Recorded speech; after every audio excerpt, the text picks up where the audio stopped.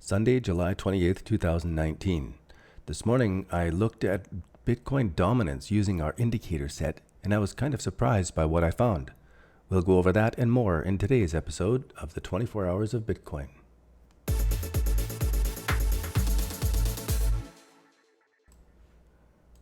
If you haven't already, please pause the video and read through the disclaimer because this isn't trading advice, just market observation. Let's jump in and take a look at the Bitcoin price chart. We're looking at the weekly view and we're checking out the relative strength index because we're watching now for a sharp point and turnaround of the relative strength index. Usually happens after a sharp move down. Like we've seen in the past here, each of these sharp moves in the RSI were accompanied by a drop in prices, a significant drop in prices each time it made that sharp turnaround. So this is what this chart is telling me to start off with. In the weekly view, let's go into the daily view, and I'm watching now for a divergence in the RSI in the short term here. We've already talked about the top formation coming down, and I'm watching to see now if we've got higher lows in the RSI while we've got higher lows here on this super important trend line. Super important trend line overall. It's actually kind of cracked it just the slightest bit, and that's really important because when we zoom in on the closer time frame, that trend line there becomes resistance as prices come up to touch it now. And we'll have to see how that plays out, and that's why I'm watching these indicators to see what we can record day by day as it's happening. So this is the 12-hour view, and it is kind of a bullish setup here for the RSI. 4-hour time frame, we've got a very oversold condition here, less and less oversold here. So here is a small divergence that I can point out. The littlest bit of a divergence there in the 4-hour RSI. I think we were looking at that yesterday, but it had kind of an uptrend to the RSI that it broke. So we'll have to see where prices go now past this support and resistance, and we already know that there is a larger trend line that cuts through here, and we'll be watching how this unfolds. This is the 4-hour time frame. Let's zoom into the 1 hour to see if there's anything. Actually right now as we're talking, there's a little bit of power coming out of this, and this is a divergence that we were noticing yesterday at the very earliest stage of this Bart Simpson. So we'll see if this is the top of a Bart Simpson and this is going to zip up right away and wreck a whole bunch more traders. We'll have to see. This is great to be recording it as it's happening right now. Let's go on with our indicator set now and start off with the on balance volume, fading off in power on the right side, fading off and into selling on the right side here. So this has been giving me ideas of prices coming down, that we are seeing selling, a little bit of buying, selling, more selling here in the 12-hour time frame. It hasn't gotten enough juice on this side to turn it into on balance positive. We'll see how that plays out. In the 4-hour time frame, we've got selling, less selling again. At least it's a uptrend that way as a divergence, but this really has to switch to green and give us some power here, and we can see that it comes in spurts. You know, it's manipulated, it seems to me. We've got this Bart Simpson pattern. It's manipulated all over the place, and so small traders are getting cleaned up in this. If you're trading too close to the market with too large of a position and your stop loss is too close, you are bait for the whales. They are watching for you. So a smaller position with a wider stop is the way to go in Bitcoin. Diversify, get into other things, silver, gold, not just Bitcoin. Now, what are we looking at here? The 1-hour time frame. Zoom in more. So here is the first little bit on the 15-minute time frame that we've got a tick to the positive here. Selling, much less selling here. And now it's actually ticked to the positive while we're crossing this Bart Simpson hairline. Let's go on to the next indicator and see what it's saying all the way through, because the MACD for me has been the most predictive, that it shows in advance what's going on in the charts, and then the charts come up and follow it. Here we have weakening histogram all the way along. Hasn't crossed over yet. And back in the other rises, we can see that it's come close and then taken off. Come close and then taken off. And so it's important to remember that even though this may come down close, if we get that RSI spike at this time, we're going to keep going up. So now watch for this histogram to switch the other way is the key. So as we're zooming in on this daily, I pointed this out a few times now. Each time we come across this, that this point in the chart and this point in the chart seems similar to me. And if that is the case, then we still have some more down to go, and our weekly RSI will give us that spiky volume, and we'll see the turnaround in the shorter time frame MACD first. So this one still seems like it's coming down to me. And let's zoom in on this from the daily to the 12-hour. And from the 12-hour now, we're looking for a crossover to the positive. And this histogram is still negative. This is still negative. The histogram hasn't gone positive. This hasn't crossed over positive on the 12-hour time frame yet. And I would expect that if we're going to be picking up off of this level.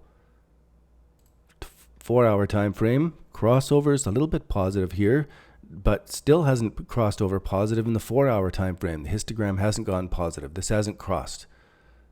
And this is really key. If we're going to get this divergence, we need it right here. 4-hour time frame. Let's zoom in, and it's looking good. Like by the chart, that's pretty tempting, except that it's coming up to so much resistance. Let's zoom in now to see what this is telling us. Not as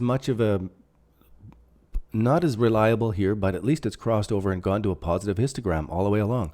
So for this little short period of time, it does look like we've got some bullish power coming in. And as we zoom in, we're seeing more of that, little bit of a crossover. Let's go see what the Ichimoku Cloud is telling us. Here on the weekly view, we still have lots of room for it to come down. It's not giving us any strength, support. In the daily view, it's just crossed through the cloud. It's not twisted to the negative, but the conversion line is still far below the baseline. And the conversion line and the baseline like to be close together. So when it gets really far apart, it usually likes to come closer back together. Now it's very far apart. It may be wanting to come closer together. It could be coming up for another retest up, and it'll give us an Ichimoku sell on the way down if that is the case from what this chart is saying. On to the 12-hour time frame, we're still crossed over, still negative. It's in between the trailing line here and the got a twist to the negative. This is all still looking negative, not giving us a turnaround feel here yet. And 4-hour time frame. Okay, so this is at least on crossed over and right on top of itself, but the conversion line is a little bit below the baseline. We still have a negative twist to the cloud on the 4-hour time frame. Still looking negative to me. This is still looking negative here. As we're setting up, nothing here is giving me a feel like the cloud isn't giving me a bullish feel here, even on the 1-hour time frame, and I'm looking for it. 15-minute time frame is the first time we're getting into anything where it's crossed through the cloud. It's got a positive twist. The conversion line and the baseline are always difficult to see, this little blue line and the red line, and if they're crossing or not. But if it's so hard to see, then I can't really count it. It's got to be stronger than that. So all of this isn't looking bear or bullish at all. Let's go take a look at Bitcoin dominance now to finish this up, because as I was looking at this morning, I'm always looking for the 1, 2, 3 formation. When prices come down out of a trend and make a bottom, I'm looking for it to retest that bottom and then, go the other direction. And we can always see where that breaks. And as we zoom in here, we can see this is making a potential 1, 2, 3. And in an uptrend, this is an add-on signal. This is a trend continuation signal. If it comes back, especially if it comes back to a Fibonacci level, 50, 33%, then it makes the 1, 2, 3. It's usually a trend continuation pattern. So if it's bouncing off of this and it's going to take off, I was thinking maybe our indicators would be able to tell us that. So I opened up the RSI here, and I don't know what time frame we're looking at, 120. But anyway, we can see that there is a divergence in the RSI from this 1, 2, 3. We've got higher lows in the RSI, and we don't have higher lows so much in this formation here. If I take that same time frame and I go over and look at the MACD, it is also crossing over to the positive, indicating that this is holding itself here and not ready to slip. It's not giving us more of a bearish feel. And then if I look at the Ichimoku Cloud, this one isn't as bullish, where it is below the cloud. And I don't see the conversion line and the baseline as easy on this chart. But it's not positive. It hasn't twisted positive. It's not poking through the cloud. We're not seeing strength here in the Ichimoku Cloud on this. And so if Bitcoin dominance does take off, let's go back to this chart. It's going to blast. And this is a prediction I made the other day where I'm anticipating that perhaps Bitcoin dominance is going to come back for most of the year. And then in December, we'll see a bottom in Bitcoin price. We'll see a top in the altcoin prices. And we'll see a massive bottom in the Bitcoin dominance right at these technical levels. And then it's going to switch around and Bitcoin's going to go from its pullback at $6,500 to $30,000. So then we're getting into the macro prediction of 2020 bottom for Bitcoin just in December, and then on to the trend that goes up. And if I take this into a logarithmic chart, you can see where this sets in here so nicely. Pretty amazing stuff here to do this in the logarithmic chart. And we can even take this pattern. No. And lay it on here. And there's our prediction for the uptrend, the massive uptrend that we are going to continue on. And it's going to take Bitcoin to the $20,000 mark again here. And this will be our massive ascending wedge triangle that from 20,000, there's the inflection point, and it's going straight up from there.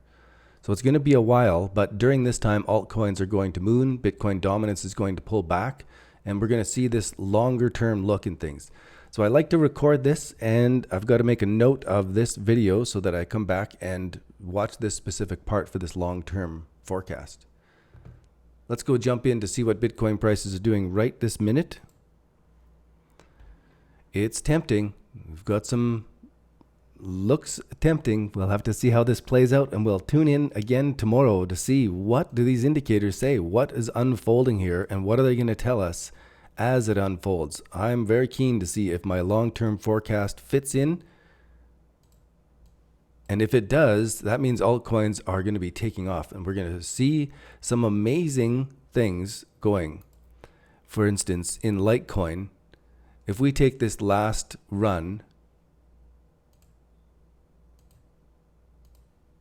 from this bottom formation here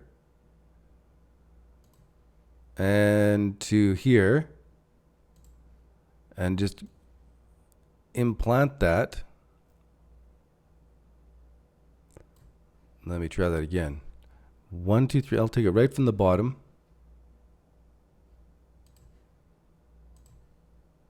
Right to the top.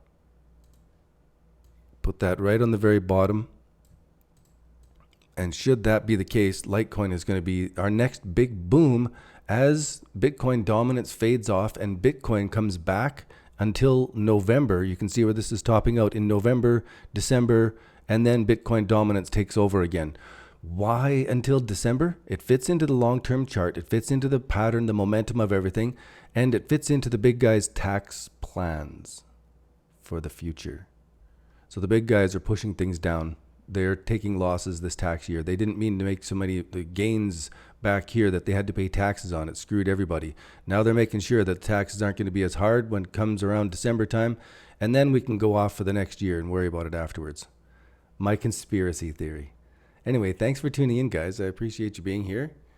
And yes, 2012 Reggae Man, thank you very much for the chat. Normally I just go through the presentation so I can get it done quickly, make it small, and so I keep doing it every day. If I make it too big, it gets too difficult, and then I don't get it done. So smaller is better. Keep track of it. And we'll see you on the next episode of the 24 Hours of Bitcoin.